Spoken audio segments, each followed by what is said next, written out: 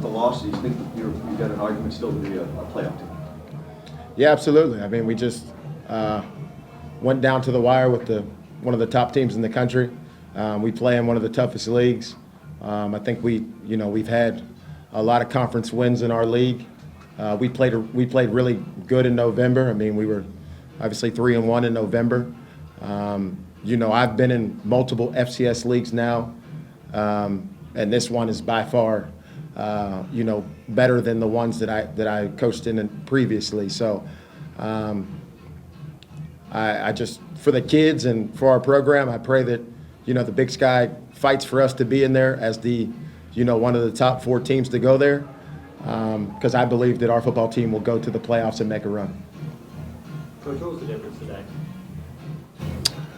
In the second half there, the turnover hurt us. Just throw the ball away. You would think at this point in the year our quarterback would understand that in that situation, just to let it go. We've had guys open. Our pass game has kind of hurt us throughout the year. When you play ranked opponents, you've got to be able to pass the ball a little bit better than we have. I think we ran the ball well.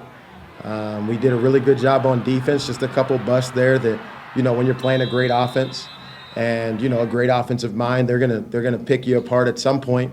They're gonna get theirs. I thought we did a good job of, fighting back from down 14-0 to start the game. Thought we came out a little sluggish and slow for whatever reason, and then we got our juice rolling and really led all the way there to the, end of the fourth. A lot of rivalry games, but how was this experience with the Causeway for your first time? This is the first rivalry game I've lost as a coach, so I guess I'll learn from it. I guess in all those other games I was an assistant coach. I got to be a better head coach to get the team prepared to win the rivalry game. It seems like it's really just as well on defense. So when UC Davis was using a hurry-up offense, can you give me your thoughts on that? Say it again. When you choose defense, they adjust to UC Davis's hurry-up offense there back in the first half. What do you think about that?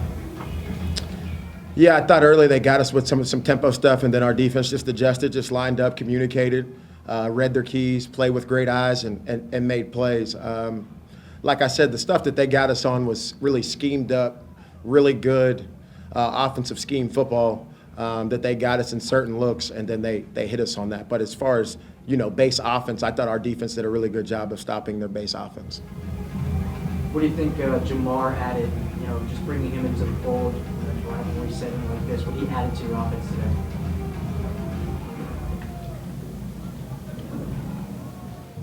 I think it was good to have him back out there, that he was healthy from the standpoint that he had the opportunity to go play for us. Anytime you have one of the premier backs in college football get back out there, we've had a lot of guys go down. We have not used excuses on that. We've just tried to operate with the guys we do have. Rodney Hammond obviously has been a stud for us. Jamar, obviously, we were really excited about him at the beginning of the year, being, a guy who was up for, like the FCS Heisman, and a guy who could really be, an All-American. He got banged up. He tore a ligament in his ankle in the first game. In camp, the last week of camp. He tried to fight through it the first 2 games, couldn't do it, sat him out. He came back today, and you can see why he's special. I mean, he's still not 100%. That was his first game back.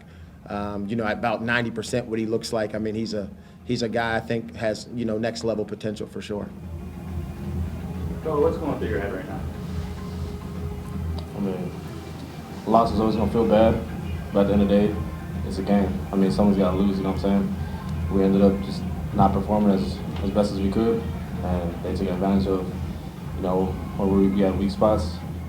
They had a good game plan. I mean, it sucks that we lost, but at the end of the day, I mean, it's our fault. Coach, put a rep on your first season overall, 7-5, what you were expecting and the highs and the lows. Yeah, I think me personally, I 7-5 is average, is grits to me personally as a competitor. But I think with the adversity that our team faced throughout this season, I mean, you got to think that we had 1 quarterback go down, 2 running backs out for the year that were NFL guys that all the NFL teams came to see. We had NFL receiver Jai Hall, never got a chance to play. They deemed him ineligible. 4 receivers out that were starters at their other schools that we thought would start for us. They're all out. They did not play. for us. We had 2 O-linemen go down, one that all 32 NFL teams came to see, our left tackle. Herm went down. We had 2 defensive ends, really 3 because they, the junior college rule for Keith Conley. So a lot of those transfers that we brought in that we expected to be big-time guys for us, and everybody was, on the high expectations of, man, they have all these guys, they'll get a chance to play. Well, about 20 of those guys were deemed either ineligible or got hurt. So we didn't have a chance to play those guys. So for going out there with 21 freshmen and a lot of guys who have not started in college football and made a lot of plays, I thought we did a really good job of galvanizing our team together and finding ways to win in a really tough conference. And so for the guys and the assistant coaches, I'm proud of that. But me, 7-5 to me is just not good enough.